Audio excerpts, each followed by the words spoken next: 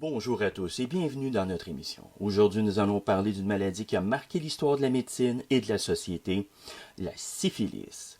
Cette infection sexuellement transmissible causée par la bactérie Treponema pallidum a une histoire fascinante et complexe. Nous allons explorer les origines, son évolution, ses traitements et son impact sur la société.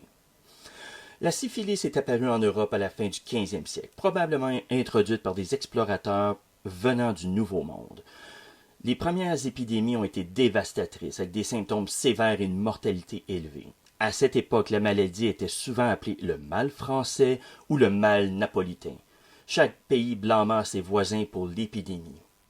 Il existe plusieurs théories sur l'origine de la syphilis. Le plus populaire est l'hypothèse colombienne qui suggère que la maladie a été ramenée des Amériques par les marins de Christophe Colomb. D'autres théories, comme l'hypothèse précolombienne, soutiennent que la syphilis existait déjà en Europe avant les voyages de Colomb, mais qu'elle était confondue avec d'autres maladies comme la lèpre. Les premiers traitements de la syphilis étaient souvent inefficaces et dangereux. Le mercure était couramment utilisé malgré ses effets toxiques. Au 16e siècle, le bois de Gaillac, importé des Amériques, était également populaire. Ce n'est qu'au début du 20e siècle que les traitements plus efficaces ont été développés, notamment le salvarsan, un composé à base d'arsenic, et plus tard la pénicilline, qui reste le traitement de choix aujourd'hui. La syphilis a eu un impact profond sur la société, influençant la culture, l'art et la politique. Fun fact! De nombreux artistes et écrivains célèbres comme Alphonse Daudet et Friedrich Nietzsche ont souffert de la maladie. La stigmatisation associée à la syphilis a également conduit à des politiques de santé publique controversées, y compris des programmes de dépistage et de traitement forcé. Aujourd'hui, la syphilis reste une préoccupation de santé publique. Bien que des traitements efficaces soient disponibles, la maladie n'a pas disparu. Les taux de syphilis augmentent dans de nombreux pays, en partie à cause de diminution de l'utilisation des préservatifs et l'augmentation de comportements sexuels à risque. La prévention, le dépistage régulier et le traitement rapide sont essentiels pour contrôler la propagation de la syphilis.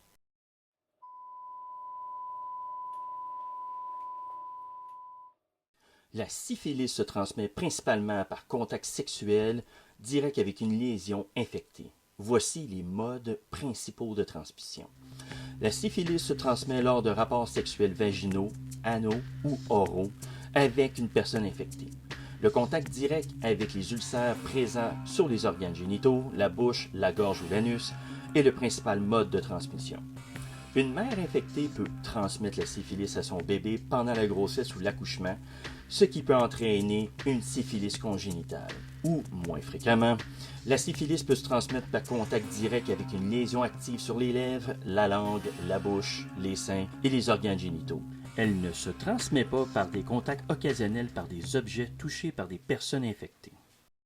Le premier stade, le stade primaire, est le stade le plus visuel. Apparition d'un ou plusieurs cancres indolores à l'endroit où la bactérie a pénétré dans l'organisme, généralement sur les organes génitaux, la bouche, la gorge ou l'anus. Les ganglions lymphatiques de l'aine peuvent être enflés. Les cancres apparaissent généralement 3 semaines après l'infection et disparaissent spontanément en 3 à 8 semaines, mais la bactérie reste présente dans l'organisme.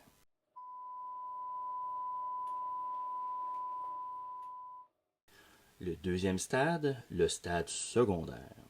Éruption cutanée, fièvre, maux de tête, fatigue, douleurs musculaires, enflure des ganglions lymphatiques, perte de cheveux par endroits et lésions gris-blanc sur les muqueuses.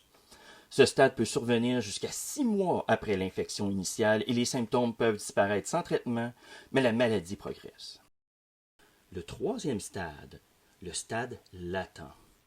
Absence des symptômes visibles. La syphilis est toujours présente dans l'organisme et peut être détectée par des tests sanguins. Ce stade peut durer des années. La syphilis latente précoce, moins d'1 an après l'infection, est encore contagieuse. Et le dernier stade, le stade tertiaire. La syphilis tertiaire ou syphilis tardive est un stade avancé de la syphilis qui survient des années après l'infection si elle n'a pas été traitée. Ce stade peut causer 3 types de problèmes différents. La syphilis bénigne. Après 3 à 10 ans, les bosses douloureuses appelées gommes peuvent apparaître sur la peau, les os ou dans certains organes du corps. Ces bosses peuvent détruire des tissus ou laisser des cicatrices. Environ 10 à 25 ans après l'infection, la syphilis peut s'attaquer au cœur et les vaisseaux sanguins, des douleurs à la poitrine ou des difficultés à respirer. La neurosyphilis s'installe après plusieurs années. Cette maladie s'attaque directement au cerveau et à la moelle épinière. Cependant, la neurosyphilis se sépare en 4 types. La première forme de neurosyphilis est celle de sans symptômes visibles. La personne qui est touchée par cette forme de neurosyphilis ne démontre aucun symptôme apparent, même si le cerveau est quand même touché. La méningovasculaire, cette forme de neurosyphilis, peut causer des maux de tête, des pertes de mémoire et même un AVC. La paralysie ou démence, cette forme de neurosyphilis provoque des pertes de mémoire, des difficultés à penser clairement, des tremblements ou des convulsions. Le tabet dorsal, cette forme de neurosyphilis apparaît 20 ou 30 ans après l'infection, peut provoquer de très fortes douleurs dans le dos et les jambes, des problèmes pour marcher et une perte de sensation. La syphilis tardive peut aussi affecter les yeux et les oreilles, problèmes de vision, même la cécité et des pertes d'audition. Évidemment, la syphilis tardive ou tertiaire peut également apporter la mort. Au niveau des enfants qui ont reçu la syphilis par leur mère intra-utérin, avant l'âge de 2 ans, les symptômes possibles sont éruptions cutanées et lésions mucocutanées, de la fièvre, de la jaunisse, de l'anémie, gonflement du foie de la rate, le nez qui coule ou congestionné, inflammation des os et du cartilage, atteinte au cerveau et au système nerveux central. Et certains nourrissons peuvent présenter une infection généralisée fulminante qui peuvent être mortelles sans traitement rapide. La syphilis est une maladie ancienne avec une histoire riche et complexe. Elle nous rappelle l'importance de la prévention et de l'éducation en matière de santé sexuelle. Restez à l'écoute pour plus d'histoires fascinantes des maladies qui nous entourent. À bientôt. Venez nous visiter et n'oubliez pas de vous abonner sur la chaîne pour d'autres émissions et bonus.